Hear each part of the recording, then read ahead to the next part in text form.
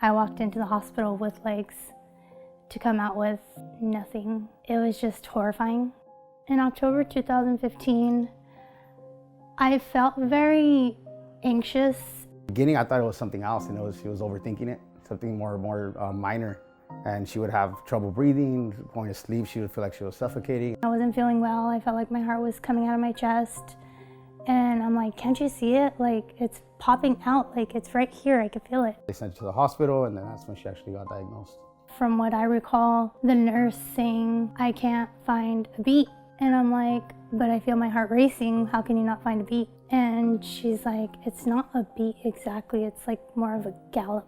They told me, well, we see that you have a torn aorta and you have heart failure. And I just was, that can't be true. How is this possible if I'm like very active and played sports? That's not me, like there's nothing wrong with my heart. When they first mentioned about a transplant was back in 2016. I could eventually have a transplant in the far future. But depending on pretty much the condition of her heart over time and how she's going to be able to adapt to it, it was going to be sooner or later. And we happened to touch the bases sooner. Back in July, I was retaining a lot of fluid and I gained about 30 to 40 pounds.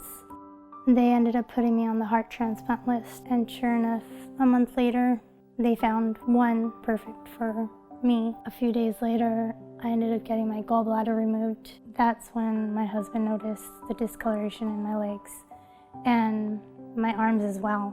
I noticed her feet, the temperature of her feet, they were really, really cold, like freezing cold. I ended up getting necrosis, so that's the discoloration of the legs. There was consenting to get my amputation, and if it weren't for my husband, my arms would be in that position as well.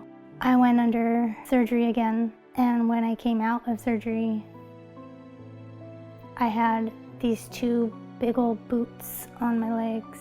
In that moment where I was in awe of life, I guess it flashed before my eyes where I'm going to be stuck in a wheelchair the rest of my life. I wasn't very confident in myself. My social worker, Ricky, she suggested Cal Rehab because that's who they work with and that they would do good for me. I remember opening up her chart and looking for her admission date. When did she first come here? I kept scrolling down, and I kept scrolling down, and I kept scrolling down.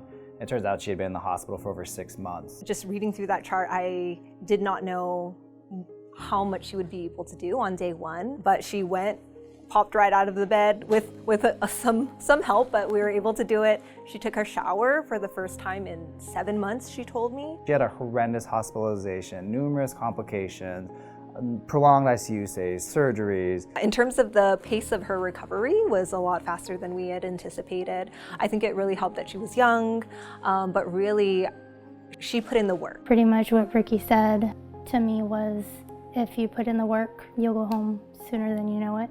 And that's exactly what I did when I got to Cal Rehab. She never said no, she was always game. Jessica was here around 3 weeks. In the grand scheme of things, given what she'd been through for 6 months, plus at the other hospital, being here for 3 weeks is a relatively short snippet of time, and we saw a ton of progress. I guess in my mind I've always had my kids, my husband, my family in mind. Without Cal Rehab, I wouldn't have the confidence I do right now. When I first transferred myself from the bed to the wheelchair on my own, and in that moment, I guess I had doubted myself. After that day, I was able to transfer myself. Now I'm confident in doing it, sometimes even on my own. I have big goals for Jessica, and I want Jessica to really have no barriers for her. Whatever she wants to do, I want to figure out what those things are and how to make her accomplish that. There's a lot of rehabilitation still to go. We took Jessica a long way, and she worked incredibly hard to get herself better. But that's only the first step. I want to get her up and walking. I want to get her playing with her kids. I want her running after her 2-year-old. But the goal is that eventually, after home therapy, she does eventually progress to outpatient physical therapy, more of that prosthetic training and things like that. Cal Rehab, they did an amazing job with her. They really defeated my timelines, and I'm very excited to see her accomplish whatever she has in mind and her goals. Text on screen, California Rehabilitation Institute, a Cedars UCLA Health partnership.